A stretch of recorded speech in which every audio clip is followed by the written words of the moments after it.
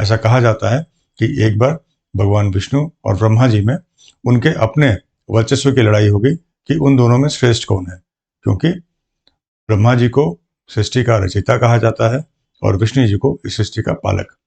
तो वो दोनों आपस में आर्गुमेंट कर रहे थे, उनके बीच में एक प्रश्न चल रहा था कि दोनों में श्रेष्ठ कौन है, और ये काफी वर्षों तक चला।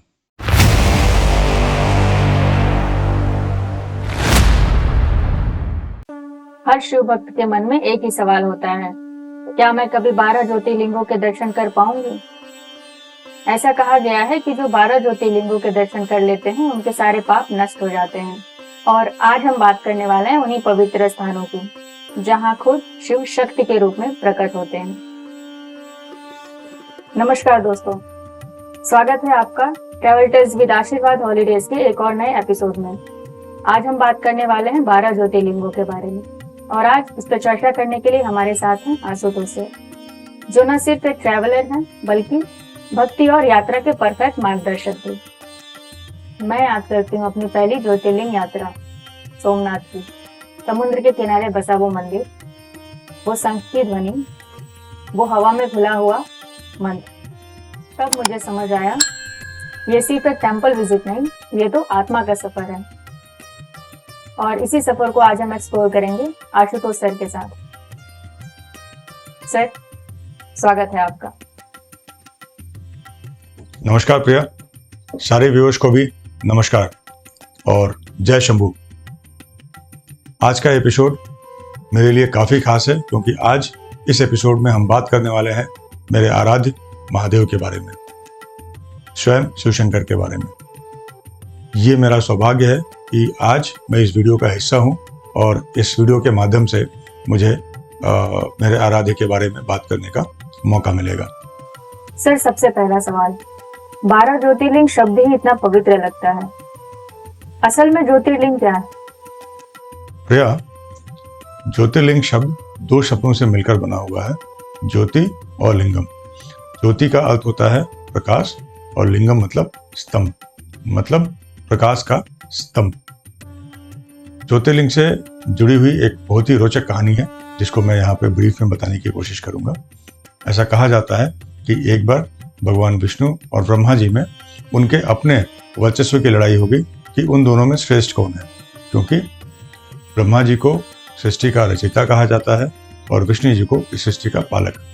तो वो दोनों आपस में आर्गुमेंट कर रहे थे, उनके बीच में एक प्रश्न चल रहा था कि दोनों में श्रेष्ठ कौन है, और ये काफी वर्षों तक चला। ब्रह्मा और विष्णु के इस समस्या के निवारण के लिए भगवान शिव को खुद आना पड़ा। भगवान शिव आए, उन्होंने एक प्रकाश स्तंभ का रूप लिया और इनसे कहा कि आप इस प्रकाश स्तंभ का आरंभ और अंत का पता लगा लीजिए। जो इसके आरंभ या अंत का पता लगा लेता है वो श्रेष्ठ होगा, वो आप में विजेता होगा। तो उस समय भगवान विष्णु ने बारहा का रूप लिया और जमीन के अंदर चले गए, और ब्रह्मा जी ने हंस का रूप लिया और आसमान में उड़ पड़े, ताकि जो है वो उस प्रकाश के अंत का पता लगा सके। भगवान विष्णु जब नीचे जा रहे थे तो उनको समझ आ गया कि इस प्रकाश के आरंभ का पता नहीं लगा सकते। वो वापस आए और भगवान शिव से कहा कि प्रभु, मैं हार गया, मुझे इस प्रकाश के आरंभ का पता नहीं लगा पाया, नहीं लगा सका मैं। बट ब्रह्मा जी कुछ समय बाद लौटे और उन्होंने कहा कि मुझे जो है इस प्रकाश के अंत का पता लग गया है, और उसके सबूत के स्वरूप वो केतकी का फूल ले आए। बट महादेव तो महादेव, उनको सब पता है।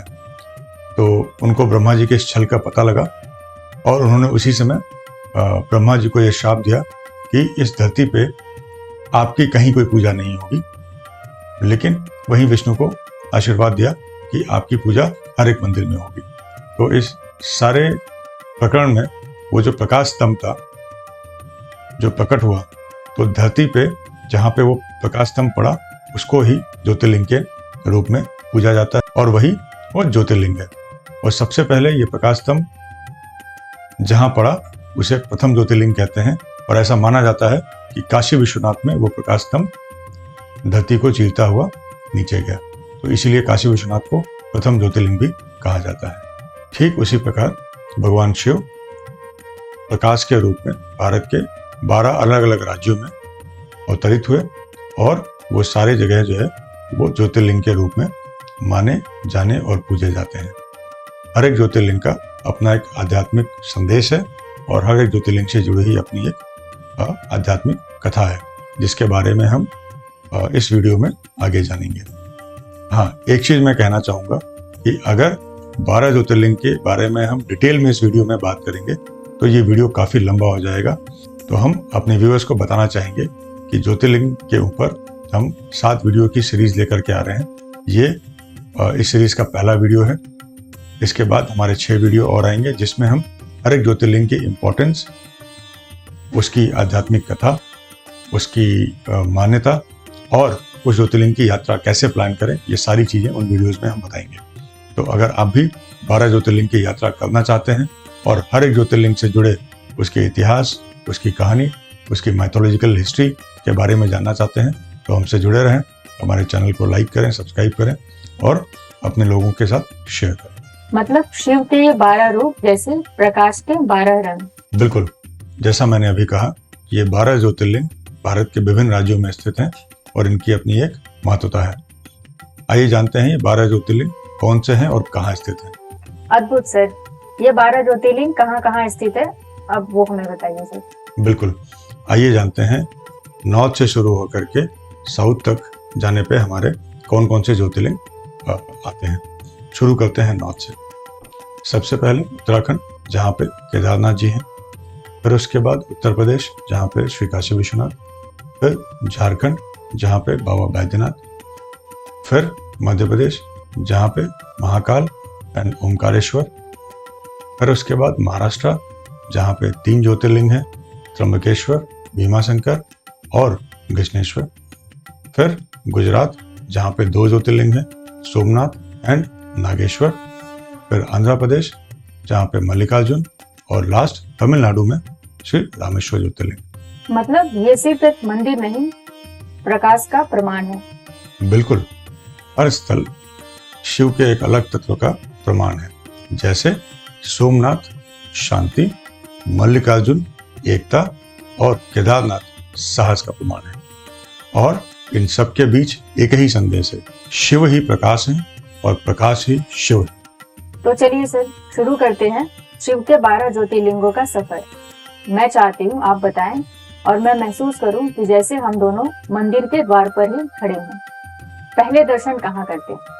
शिव पुराण के द्वादश ज्योतिर्लिंग स्तोत्रम में 12 ज्योतिर्लिंगों का वर्णन है और वो क्रमशः सोमनाथ से शुरू होकर कृष्णेश्वर तक जाते हैं और इसी क्रम में हम इन सारे मंदिरों के बारे में जानेंगे। आइए जानते हैं सबसे पहले ज्योतिर्लिंग सोमनाथ के बारे में। सोमनाथ मंदिर से जुड़ी ऐसी मान्यता है कि इस मंदिर को चंद्रदेव ने बनाया था।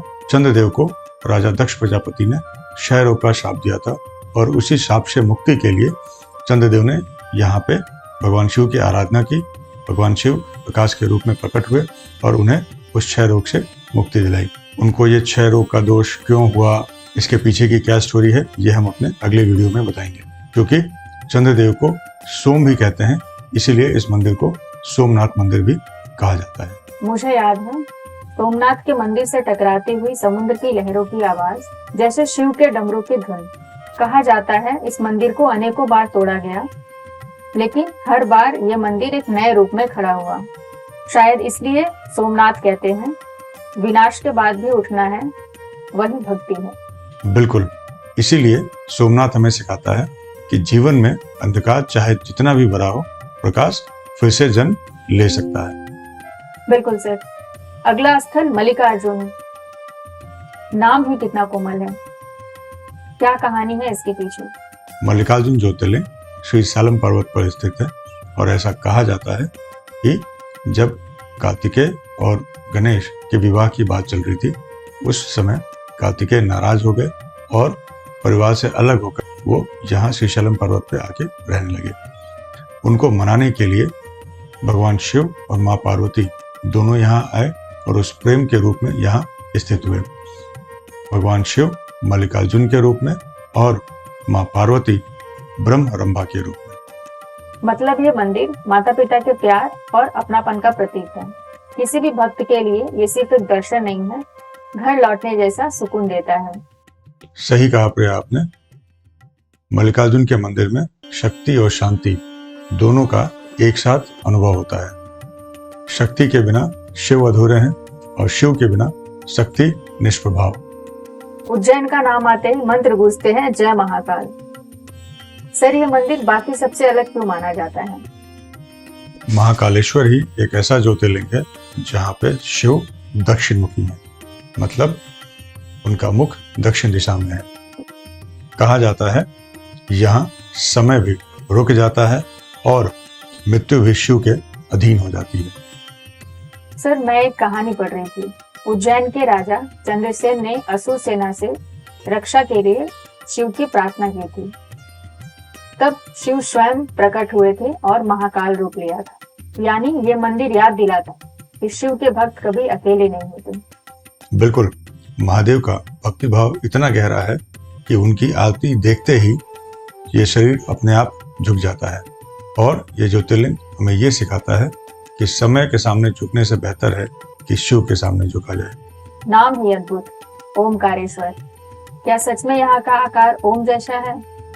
हाँ बिल्कुल, नर्मदा नदी के बीच स्थित ये टापू जहाँ पे ये मंदिर है, उस टापू का आकार ओमकार के चिन्ह के जैसा ही है। अगर आप इसको ऊपर आसमान से देखते हैं तो आपको ओम के आकार की आकृति इस टापू की दिखाई देगी। और यहाँ पे दो ज्योतिर्लिंग हैं, ओमकारेश्वर और ममलेश्वर। ओमकारेश्वर मंदिर की एक और खास बात कि यहाँ पे भगवान शिव की गुप्त आरती होती है। मतलब कि बाकी ज्योतिर्लिंगों की जैसे कि आप काशी विश्वनाथ में मंगल आरती करने जाते हैं, महाकाल में भस्म आरती करने जाते हैं, तो यहाँ ओमकारेश्वर में ऐसी कोई भी आरती का प्रचलन नहीं है। यहाँ पे सिर्फ जो मंदिर के पुजारी हैं, प्रीस्ट हैं, वही आरती करते हैं और ये आरती गुप्त रखी जाती है। कितनी सुंदर बात है। ओम, जहाँ से ध्वनि शुरू होती है वहीं से शांति भी शुरू होती है। ओमकारेश्वर में लगता है जैसे हर हवा, हर लहर कहती है शिव ही नाद है। वही तो, यहाँ के नर्मदा के जल में भी शिव का अनंत तत्व बसा हुआ है। और अब हिमालय के दिल में केदारनाथ। जब मैं फोटो देखती हूँ तो लगता है शिव ने पहाड़ों में सिंहासन बना रखा है। बिल्कुल सही कहा आपने। उस मंदिर का दृश्य ही अद्भुत है। ऐसा कहा जाता है कि महाभारत युद्ध के बाद जब पांडव गोत्र हत्या दोष और ब्राह्मण हत्या दोष से मुक्ति के लिए भगवान शिव से क्षमा प्रार्थना करने गए, तो भगवान शिव उनको माफ नहीं करना चाहते थे। इसलिए उन्होंने वहां पे नंदी का रूप लिया और वहां पे जानवरों के बीच में छुप गए। लेकिन भीम ने उन्हें पहचान लिया और भीम से बचने के लिए भगवान शिव जमीन के अंदर घुसने लगे। भीम ने उनको पूंछ से पकड़ लिया और तब भगवान शिव वहां अवतरित हुए और इनको क्षमादान दिया। कहते हैं कि जब भगवान शिव उस नंदी के रूप में जमीन में धंसे तो उनके शरीर के हिस्से धरती पे 5 जगह निकले, जिसमें से जो नंदी का हम्प है वो केदारनाथ के रूप में वहां पे स्थित है और वहां पे उस हम्प की पूजा की जाती है। और जो बाकी जगह हैं उनको पंच केदार के रूप में कहा जाता है। तो केदारनाथ केवल एक तीर्थ नहीं, एक क्षमा का प्रतीक है। प्रलय के बाद भी ये मंदिर कैसे बचा रहा, वही तो अद्भुत है। हाँ, कहते हैं जब दुनिया डूब गई उसके बावजूद शिव की ज्योति यहाँ जलती रही। मुझे ये नाम बड़ा वीर लगता है, भीमाशंकर। यहाँ कौन सी कहानी जुड़ी है? भीमाशंकर ज्योतिर्लिंग की कहानी रामायण काल से जुड़ती है। ऐसा कहा जाता है कि राक्षस राज रावण के भाई कुंभकर्ण का पुत्र था राक्षस भीम, और यहाँ पे भगवान शिव ने उस राक्षस भीम का वध किया था और तभी से यहाँ पे उनको भीमाशंकर के रूप में पूजा जाता है। तो ये मंदिर हमें सिखाता है कि जब अनर्थ बढ़ता है तो शिव खुद धरती पर आते हैं और हर बार ये भी याद दिलाती है कि दया और वीरता दोनों एक साथ रहती हैं, अलग अलग नहीं। अब बात करते हैं भारत के दिल की, काशी विश्वनाथ। सर, आप यहाँ कितनी बार गए हैं? मैं श्री काशी विश्वनाथ के दर्शन के लिए 3 बार गया हूँ और हर बार एक अलग अनुभव। विश्वनाथ का मतलब है विश्व के नाथ। कहा जाता है काशी में मरने से पहले शिव का नाम लेने से मोक्ष मिलता है, बट मेरा ऐसा मानना है कि काशी में जीना भी वरदान के बराबर है। काशी के घाट पर जब गंगा आरती होती है और पूरा आसमान जब दीपक से जगमगाता है, तब लगता है जैसे हर प्राण कह रहा हो मुझ में भी शिव है। और अब बात करते हैं वैद्यनाथ की। यहाँ रावण का किस्सा भी है ना सर?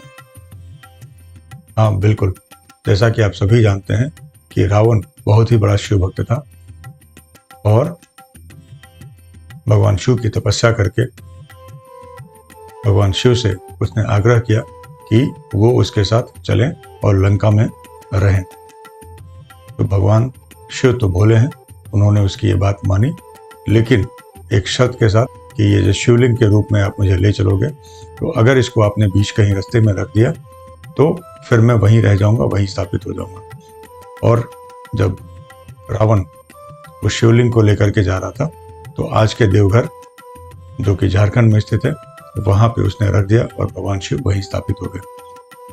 वाह, तो ये मंदिर याद दिलाती है शिव अहंकार से नहीं समर्पण से मिलते हैं। बिल्कुल सही कहा प्रिया आपने। रावण को अपने ज्ञान का अहंकार तो था, लेकिन वो शिव को वहां से न ले जा सका। द्वारका के पास नागेश्वर, इसका मतलब सांपों का राजा होता है सर? बिल्कुल सही कहा प्रिया आपने। नागेश्वर का मतलब सांपों का राजा ही होता है।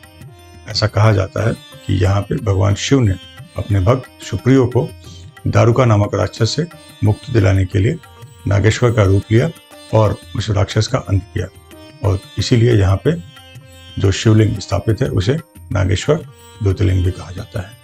इसीलिए ये मंदिर हमें ये बताता है कि जो भी शिव भक्त भय में है, शिव उसकी रक्षा करने स्वयं आते हैं। और अब सबसे दक्षिण रामेश्वरम, यहाँ राम जी का प्रसंग सबको याद है।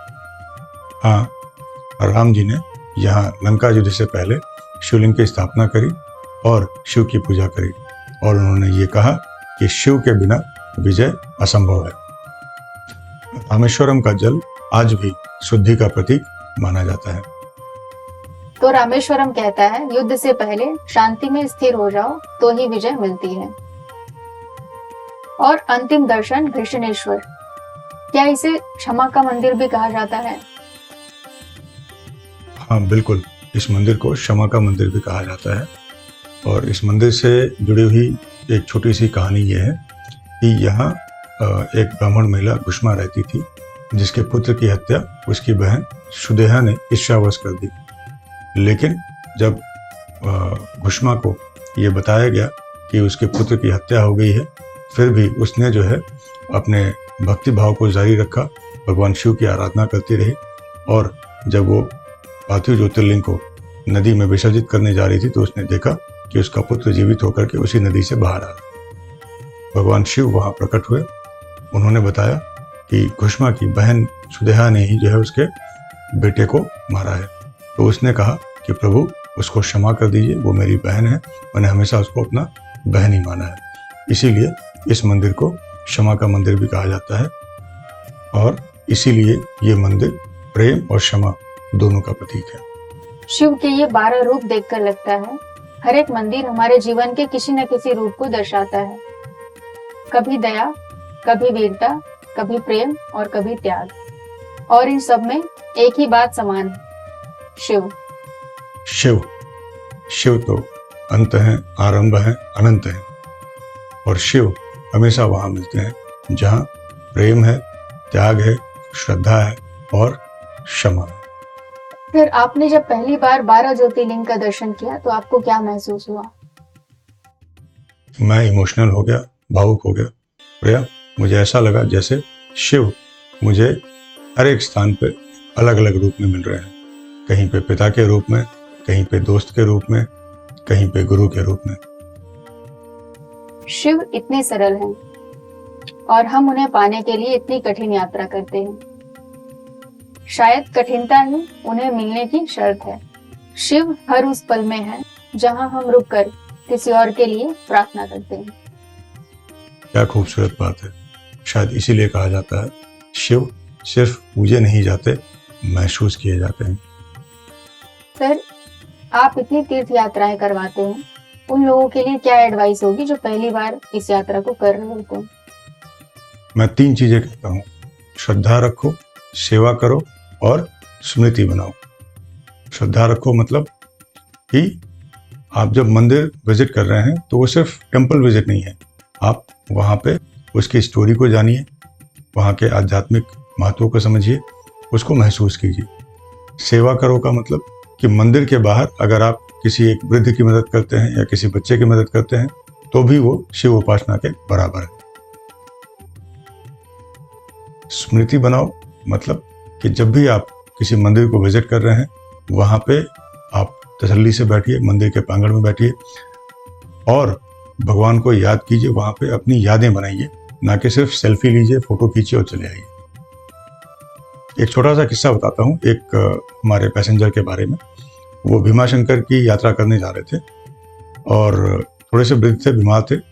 उनको तकलीफ हुई तो उन्होंने कहा कि क्या पता नहीं मैं भीमाशंकर के दर्शन कर पाऊंगा या नहीं। ये उनके मन में शंका थी।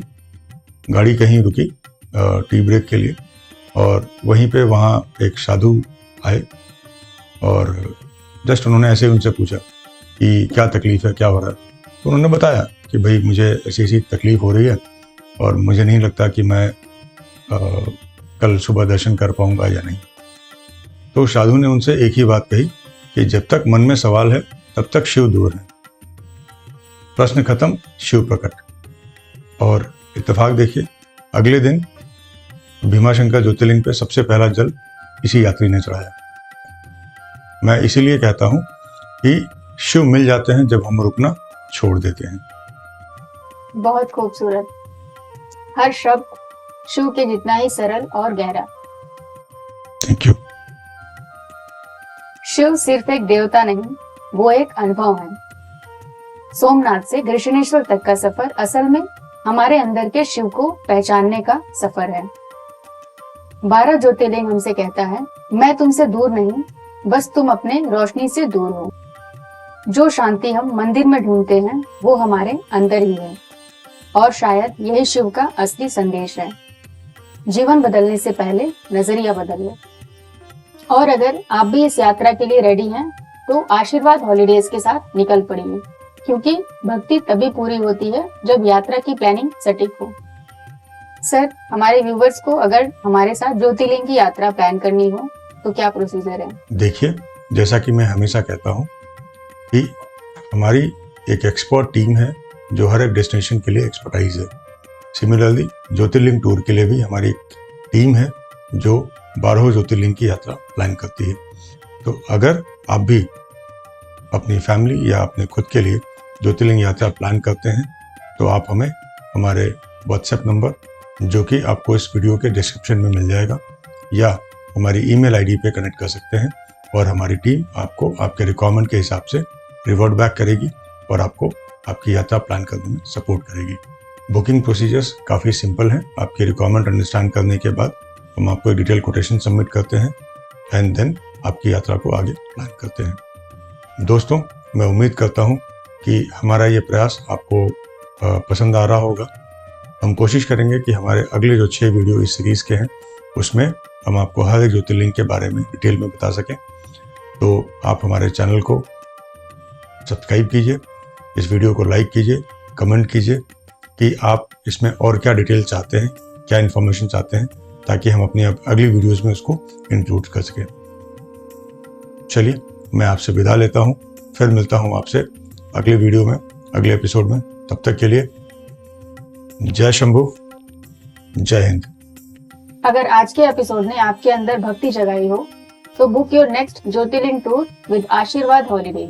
और हाँ, इस पॉडकास्ट को शेयर जरूर करिए ताकि किसी और के जीवन में भी शिव का प्रकाश जले।